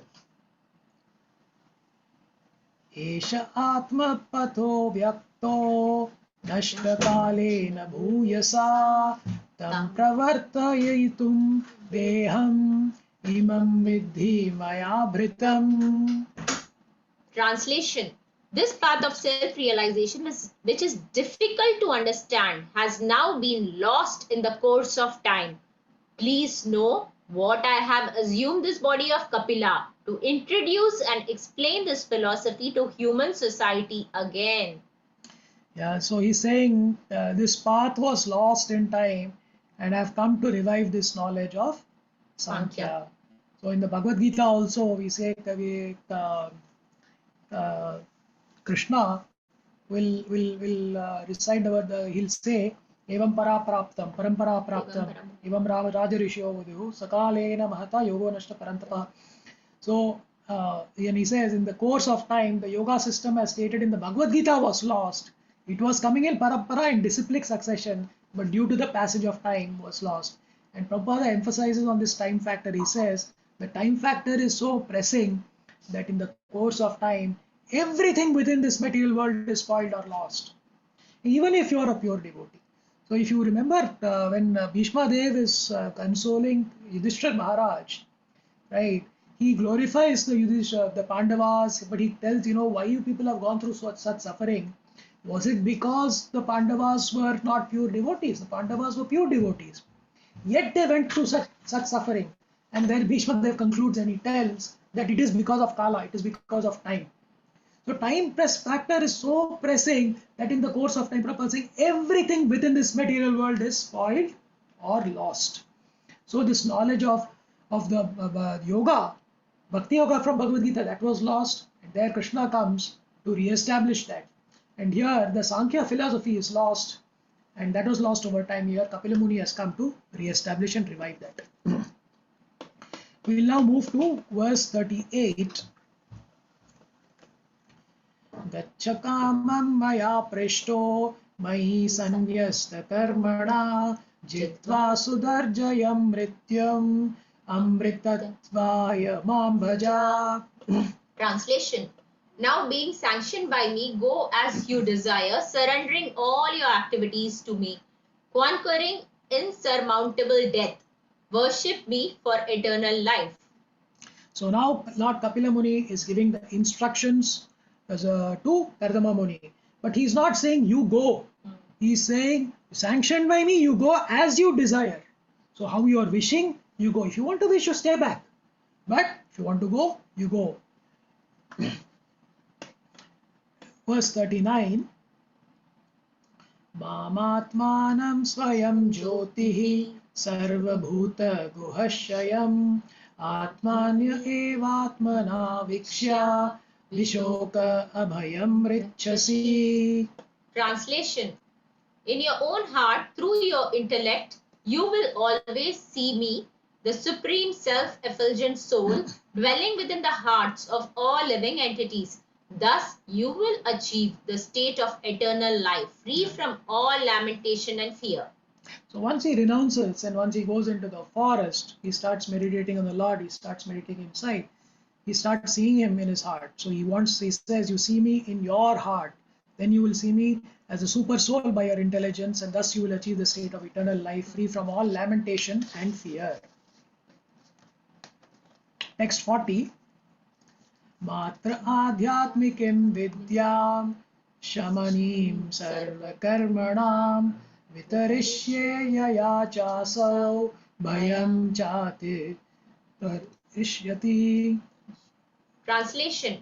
I shall also describe this sublime knowledge which is the door to spiritual life to my mother, so that she also can attain perfectional self-realization, ending all reactions to fruitive activities. Thus, she also will be freed from all material fear. Hare Krishna. So here, Kardama Muni is anxious. Now he will leave. What about his good wife Devahuti? So at that time, but this is already anticipated by the Lord. And the Lord is instructing Kardama Muni and telling him that you would have no fear, don't worry. I will take care of my mother. That is one.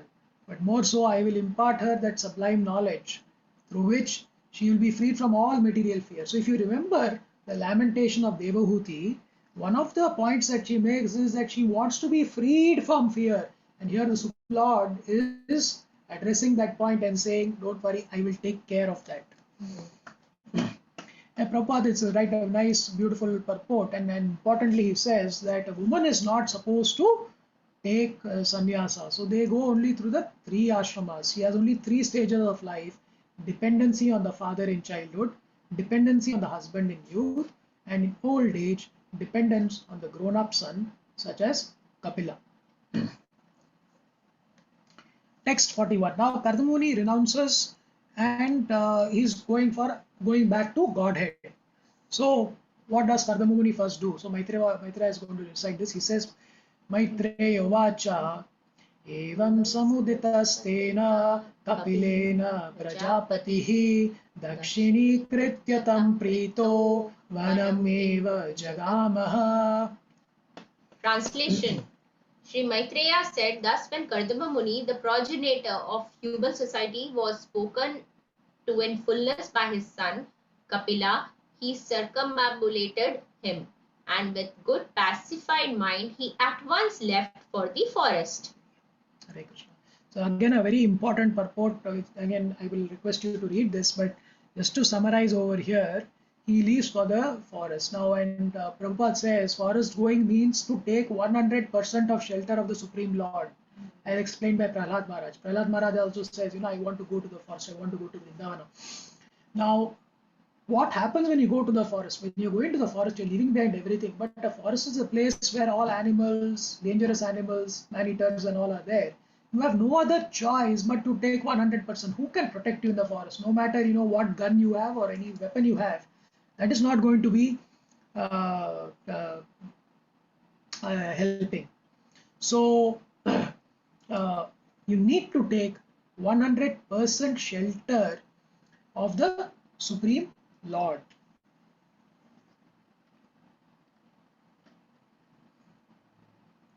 Text 42.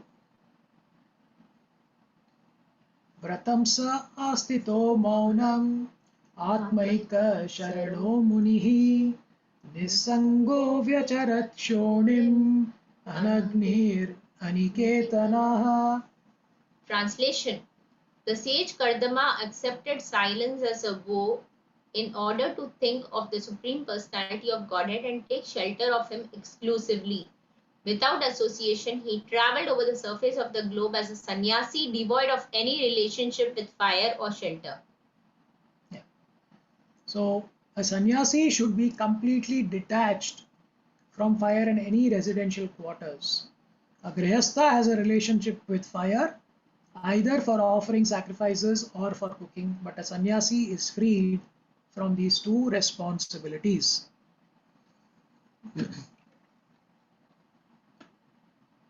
Text 43. So now he's going to fix his mind on the Lord. So there he accepted Maunavrata in text 42 and takes complete shelter of the Lord. Now he's in text 43. He's going to fix his mind on the Lord. I'll read the verse. I'll request someone to read the translation. Giriraj Prabhu, thanks for your suggestion.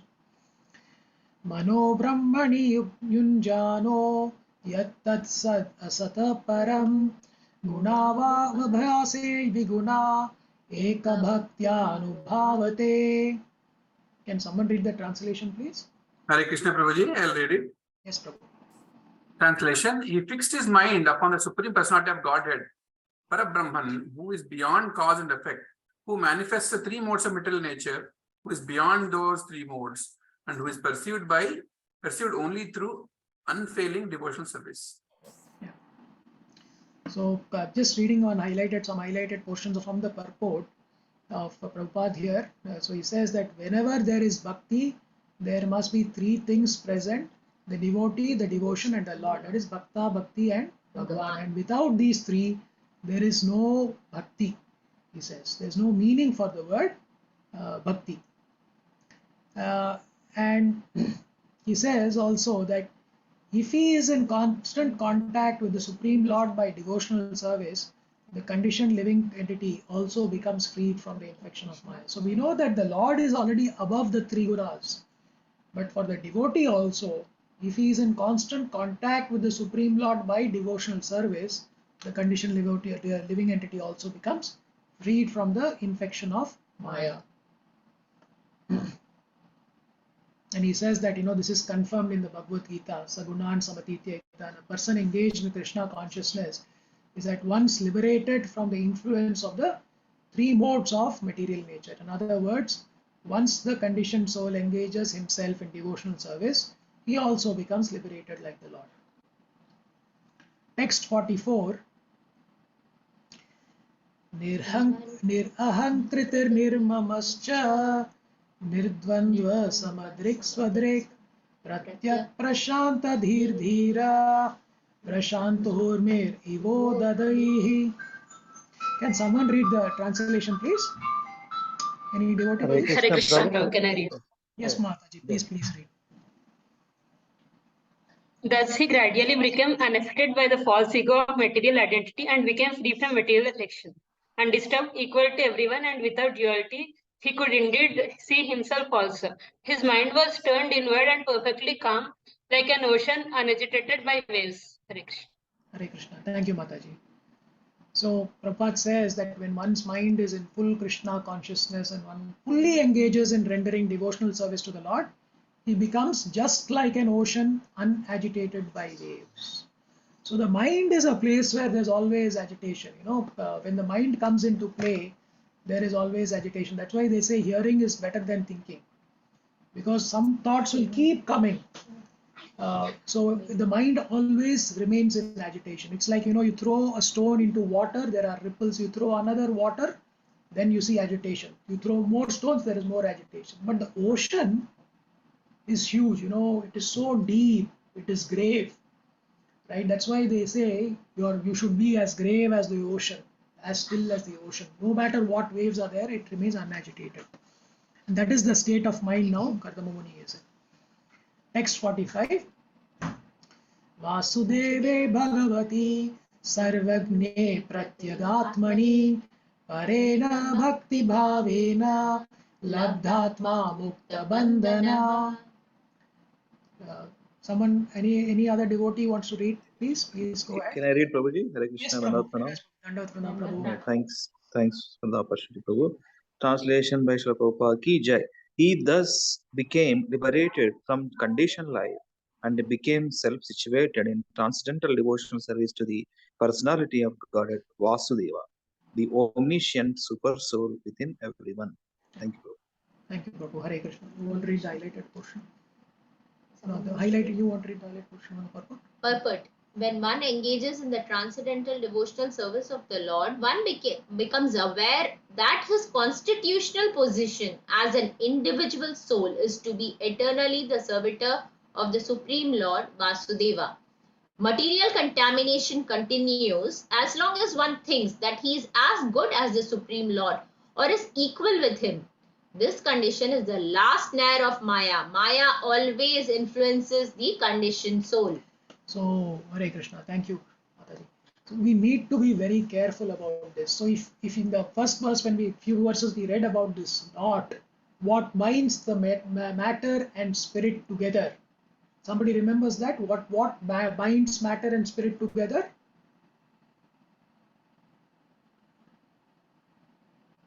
Anyone remembers it? What binds matter and spirit together? It is our false ego that binds matter and spirit together. Now, here Prabhupada is saying when one engages in this transcendental devotional service of the Lord, one becomes aware of that constitutional position. And that is when the false ego goes away. And that is when you realize that constantly we are always in that mood of being the eternal servitor of the Supreme Lord. That's when false ego has disappeared. And that's when actually that knot has been cut to pieces. But he also says that Maya is so strong, she will keep coming. She will keep coming and try to pull you back in. And that condition, he's calling it that is the last snare of Maya. So it will always try to influence the conditioned soul. Text 46. There are only two more verses to go. Atmanam sarva bhuteshu bhagavantam avasthitam apashyat sarva bhutani bhagavatyapi chatmani. Hare Krishna. Can someone read the translation, please? Hare Krishna, Prabhuji. Translation. He began to see that the Supreme Personality of Godhead is seated in everyone's heart and everyone is existing on him because he is the super soul of everyone. Hare Krishna, Prabhuji. Hare Krishna. Purport. That everyone is existing on the Supreme Personality of Godhead does not mean that everyone is also Godhead.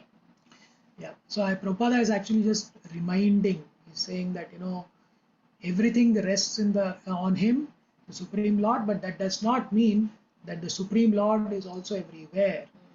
Okay. So, and this is understood, this mysterious position is only understood by highly advanced devotees. We are very fortunate to be receiving this to the disciplic succession here, Achintya Bheda Bheda, from Chaitanya Mahaprabhu, where we are being able to understand, we have been given this knowledge through our founder Acharya.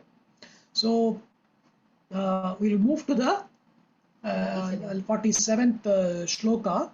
But before this, so what happens here is essentially, now Kardamuni has seen the Lord seated in everyone's heart as Shirodakshai Vishnu, and saw everyone existing on him as Karanodakshai Vishnu. So he's able to see that. Now, of course, now the last verse for text 47. Ichchadvesha vihinena sarvatra samachetasa bhagavad bhakti yuktena prapta bhagavati gatihi. Translation. Can someone read the translation, please? Hare Krishna, Padma Mataji. Hello, I will read. Hare Krishna Prabhuji. Freed from all hatred and desire, Kardama Muni, being equal to everyone because of discharging uncontaminated devotional service, ultimately attained the path back to Godhead. Hare Krishna. Hare Krishna. So I'll read the purport as stated in the Bhagavad Gita. Only by devotional service can one understand the transcendental nature of the Supreme Lord, not otherwise. And after understanding him perfectly in his transcendental position, enter the kingdom of God. The process of entering into the kingdom of God is Tripada Bhuti Gati, or the path back home, back to Godhead, by which one can attain the ultimate goal of life. Kardama Muni, by his perfect devotional knowledge and service, achieved this ultimate goal, which is known as Bhagavati Gatihi. Thus end the Bhakti Vedanta purports of the 3rd Canto, 24th chapter of the Srimad Bhagavatam, entitled The Renunciation of Kardama Muni. So just to do a quick recap, so now with this chapter concluding, from the next chapter onwards, of course, Kapila Muni will now start speaking about Sankhya philosophy to his mother. So just to do a quick recap, what we saw is it started with Kardama Muni consoling Devahuti, saying, "Do not lament, the Lord will appear as your son." So she gives him the reassurance, because he has already heard directly from the Lord and he knows the Lord will keep the promise. He then instructs Devahuti, says, "Faithfully worship the Lord, who will cut your attachment, cut the knot in the heart, and teach you the knowledge of Brahman, Parabrahman." So then we see the appearance of Lord Kapila in Devahuti's womb, and Devahuti, with full faith and worship, worships the Lord. Lord appears in her womb after a long time, and when he's appearing, of course, there's celebration in the celestial skies. So demigods are in the higher planets, there is celebration. And then Brahma, along with his sons, comes to Kardama Muni's ashram. Brahma, being already in that Shuddha stage, he knows about Kardama Muni's appearance. He comes first, he worships the Lord, and Brahma instructs Kardama Muni first. He says he's very pleased with Kardama Muni, saying that you have been a great son, you have followed me and you have honored me. This is perfect service to one's father. And then he says that, Kardama Muni, you offer your 9 daughters to the great 9 sages in marriage. And he talks about the appearance of Lord Kapila. He says that Lord Kapila has appeared here by his own internal energy. He has come here for a purpose, to uproot the deep-rooted desire for karma. Then Brahma glorifies Devahuti next and tells her not to be worried, that he predicts the future activities of Lord Kapila, that he will give the knowledge of self-realization to Devahuti, and then he will travel the world spreading this philosophy of Sankhya. After that, Brahma departs with Narada and his 4 sons, because they are Naishtika Brahmacharis, and then the 9 daughters are offered to the 9 sages in marriage. Then Kardama takes care of the married couples, who then depart to their own hermitages after that. Then we see that Kardama Muni then goes to a secluded place and then first prays to Lord Kapila. So he says that the demigods get pleased after a long, long time. They have to wait. Yogis have to wait many births. But you are so merciful. You have appeared in the house of a negligent householder, and you have descended to make your words true, which is, you made a promise to me, and you have now come to fulfill that promise, and also to give knowledge. He talks about, he glorifies the Lord, about his forms, which are very pleasing. He talks about his opulences, the 6 opulences, and he says that he is, Supreme Lord is the maintainer of all the universes. And at last, after glorifying the Lord, he seeks the Lord's permission to renounce and go into the forest. After this, the Lord will now instruct Kardama Muni. Just 1 minute, I don't know why we jumped one slide. Yeah. So first, the Lord gives the reasons. How many reasons are there for the Lord's appearance? There are 3 reasons. The first one is, he says, I made a promise to you, that is why I am appearing. Number 2, he says, I have come here to explain the principles of self-realization for those desiring liberation. And number 3, I have come to revive the knowledge of Sankhya. Then he instructs Kardama Muni from verse 38 to 39, and he tells that you have my sanction now, you can depart when you please. If you want, you can stay, but you can depart when you want to go. And then he tells him also that by offering your activities to me, worship me forever, for immortality. Then you will see me within your heart as the super soul Paramatma, and you become free from lamentation and you become fearless. So Lord Kapila then promises also to give, he sees that Kardama Muni is very anxious about his wife Devahuti. So he promises to give Devahuti the knowledge of fearlessness by imparting his spiritual knowledge. Here again, another concern of Devahuti when she laments in the previous chapter, Devahuti's lamentation. This was one of her concerns, and that is also being addressed by the Lord. And then we go into the final verses of the chapter, where Kardama Muni now is renouncing his ashrama and is going into the forest. So he's very pleased, and then he leaves to the forest. There he goes and accepts Maunavrata. He wanders around shelterless, taking complete shelter only of the Lord. Only lotus feet of the Lord is what he takes the shelter of. He fixes his mind on the Lord and meditates on him, and then he becomes free from all material contamination, and his mind becomes calm like an ocean. There is no agitation at all now. And at that stage, he becomes liberated as he's self-situated in devotional service. So he sees now the Lord situated within everyone's heart, and he sees also all the jivas in him. So both within and without, the energetic and the energic. So he then, after that, he attains the path back to Godhead. Hare Krishna, thank you very much for once again, please accept our humble obeisances for giving us the opportunity to narrate together and discuss together this the wonderful chapter on the renunciation of Kardama Muni. Please forgive me and forgive us if we have committed any errors or any omissions. I know I forgot to involve all of you devotees. I'll make sure that I involve all of you a little bit more through the next class, but the chapters are a bit long, so we are trying to complete that chapter, but I'll keep that in mind. Please forgive me for that. If anyone has any questions, please feel free to ask. Thank you so much. Appreciated, Prabhuji, both of you, Charanya Mataji, Anandram Prabhuji, nicely recitation as well as reading Srila Prabhupada purports, highlighting so nicely in this PDF. Very nice. Thank you very much. Appreciate it. Wonderful class. Summarized very wonderfully, Prabhu. Thank you very much. Thank you. Hare Krishna, Prabhuji, nice to see both of you reciting the verse and also explaining the verses and all. And you could complete a whole chapter reciting also.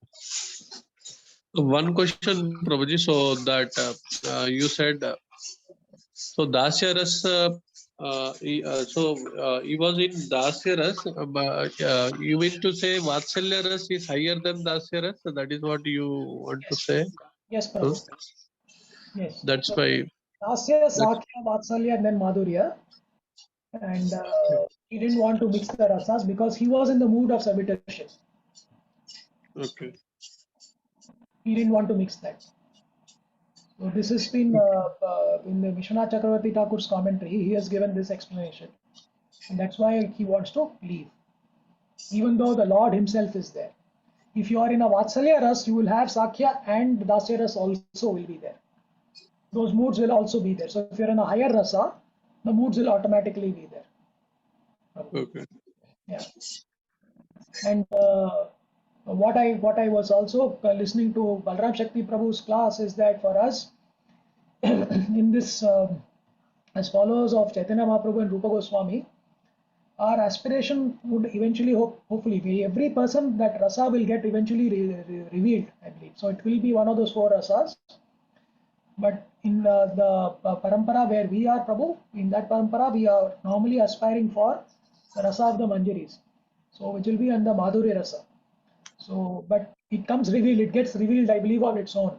So as we progress through the stages of bhakti, and once we reach that stage of nishtha, at that stage we can move on to the raganuga sadhana stage also. We can move into the mood of the following the footsteps of the gopis of the Vrindavan. Till then we are in this Vaidhi Sadhaka stage of bhakti. We will be there. So that mood will eventually get revealed. Okay, Prabhuji. Okay, Prabhuji. Thank you. Thank you, Prabhuji. Thank you very much. Hare Krishna Prabhuji, Dandavat Pranam, Anandram Prabhuji, Ranya Mataji, thank you very much. Good to see you both after a long time reciting Bhagavatam together. Prabhuji, if you need more time, another option to split the chapter, Prabhuji, no need to force fit it. That's what I keep telling. So if you think there is a longer chapter, you can split it with the next speaker. So next time, you can also consider that, Prabhuji. Okay, Prabhu. Okay. Yeah. I think what we can do, Prabhu, is that once the schedules are known, what I would request is that if we can, the devotee who's taking the class can review the chapter and then align with the other next speaker also, so that accordingly there's enough time for people to prepare also, Prabhu. Yes. So that's why I sent the message, Monday, so you can take a look at it and then assess whether you'll be able to finish or not. Yes, and based on that, because some chapters are important, so you need to spend more time. Some chapters most like information kind of things. Yeah. So those you can finish. So you can assess and then accordingly plan with the next speaker, Prabhuji.